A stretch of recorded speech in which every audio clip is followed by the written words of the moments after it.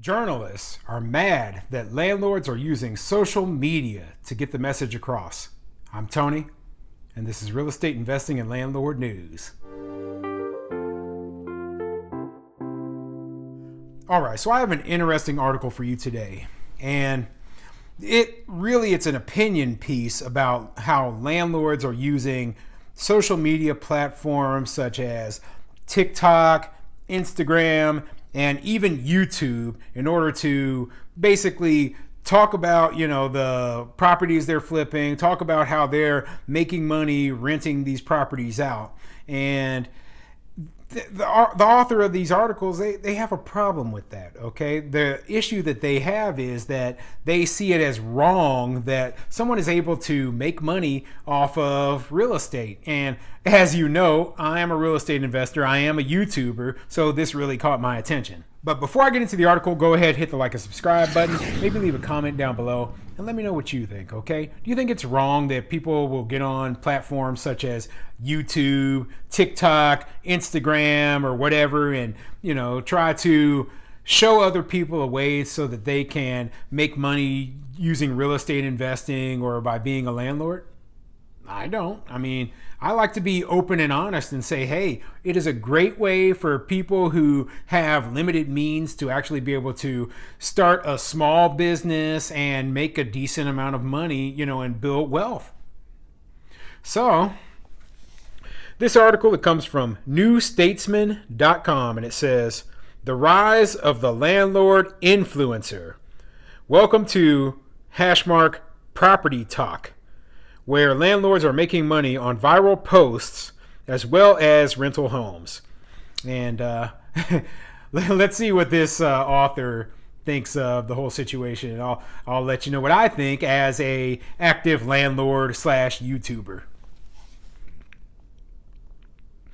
As the pandemic ripped through the world, it was hard to find any upsides. One small compensation was the schadenfreude of witnessing the demise of many unsympathetic, unself-aware landlords. On Twitter, TikTok, YouTube, and Instagram, you could watch full-time landlords, Airbnb hosts, and corporate property owners panic about their crumbling passive incomes as demand for short-term lets almost disappeared. You could watch repeatedly as property owners, some of whom made all their income from rent, would lose in court for trying to evict tenants while harsh lockdown restrictions were still in force, and then inexplicably posted about the injustice of it online. Yeah, and the truth is, though, a lot of landlords did lose a lot of money because of the pandemic restrictions, okay? A lot of landlords lost everything, and they still are suffering to this day in some places, okay? So, don't sit here and be, laughing at them. Keep in mind that the majority of small landlords own just one, maybe two properties at most. We're not talking about super rich people here. We're talking about average people who are just middle class, just like you. But the detriments landlords suffered, often to the benefit of low-income renters, were short-lived. The rental market evened out as the world reopened, and the housing market made up for lost time. UK house prices grew by nearly 11% in the year to August 2021, pushing up rental prices in turn, and more than making up for any blows the market suffered in 2020. Now, with the pandemic having made home ownership even less affordable than it was before, landlordism is not just a major moneymaker, but a brand new content vertical for online platforms.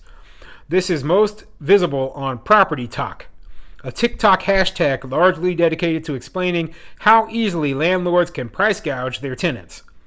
Posts spam everything from investment advice, how I bought my first townhouse at 19, type stories, to instructions on how to develop derelict buildings into luxury flats.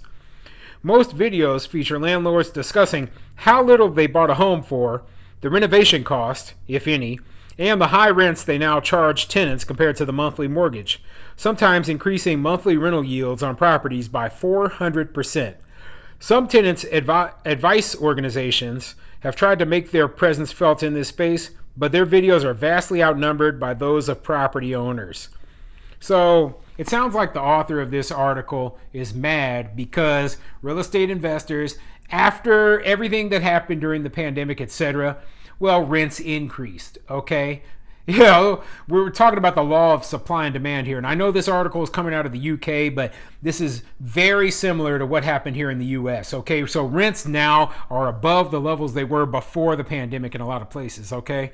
And a lot of landlords, they were suffering, but now we're at the point where, you know, I've got 10 excellent tenants for one rental vacancy of a property I have, because the rental housing supply is in such short demand, or in such high demand for, and there's a shortage of it, okay? So yeah, we're doing better now, but like I said, there are still landlords who haven't made up for that lost rent that they experienced during the entire pandemic. I mean, you have to see it from our perspective. You have to realize that, hey, we are in this for-profit business, and all we're trying to do is get by. So when we buy up a derelict building, you said it in your article, the landlords are buying up derelict buildings. So buildings that are falling apart, need tons of repair, and then we take money out of our own pockets, you know, and we go down, we renovate it, we bring it up to a beautiful standard of making a nice home for other people to live in, and then we raise the rents up 400%. Why? Because it's a nice place now. Why would we keep the rents low when we just fixed it up? That doesn't even make sense. But that's what you seem to be implying we should do. We should just take the loss, you know, so that we can keep rents low for other people, you know, and not make any profit off of it. Why would we do that? Okay? That doesn't even make sense. Ugh. You know, it annoys me sometimes when I read these articles by these, you know, pro-tenant people, like they don't understand the reason why business people do what they do. Ugh. While one-off videos about investing in property can do well on this hashtag, the trend is largely dominated by landlord influencers. Accounts such as those from Samuel Leeds, James Property, and KO Estates have tens of thousands of followers and get millions of views on TikTok and Instagram. And what I'm going to do is I'm going to look and see if I can find, because I haven't heard of any of these influencers and seen any of their videos. I think that there is a they have a video from this Samuel Leeds here on the on this web page. So I'll throw it up on the screen so that you can, you know, kind of at least see an example of what these guys are doing, because I've never actually seen this before, and so I'm kind of curious myself. Right now I'm standing in Huddersfield. These houses, they rent out for about £1,000 a month. Big houses. However, my friend JL Spoon, how you doing? Hi. We met 6 years ago. I've been mentoring her. At the time you were living in a council flat. Yes, I was. In and out of hostels. Now I'm a property millionaire. Now she's a property millionaire. How? Because she doesn't get £1,000 for this house. She recently bought this house and is renting it out for how much rent? How much rent? How much rent? She's laughing, it's hysterical. 4,000. How? Because she turns the rooms into bedrooms. This was a sitting room. Now it's not a sitting room, now it's a bedroom. How do you turn a sitting room into a bedroom? You rip the bathroom out and put a bed in it. Even this was a bathroom. This was a bathroom. She ripped it out and put a bed in it. Downstairs was a reception room. She took the sofa out and put a bed in it. We got 9 bedrooms. She's renting it out for £4,000, and she bought the house low and she's renting it high. You can do the same. And that's pretty interesting right there. Okay, so I don't normally I don't watch TikTok. I don't really know what's going on TikTok, but you know, a little short video there by a guy. It looks like he's, you know, selling a course, of course, and you know, he taught this lady how to basically turn a property into, make it more profitable by dividing it up into separate rooms and then renting it out by the room. I mean, there's nothing illegal about that. There's nothing wrong with that. And it's a smart way to make extra money. And it's a thing that a lot of landlords do. Okay. And yet the author of this article is just saying, oh, well, you know, it's wrong that these landlord influencers are out here trying to do this. Oh man, what a joke.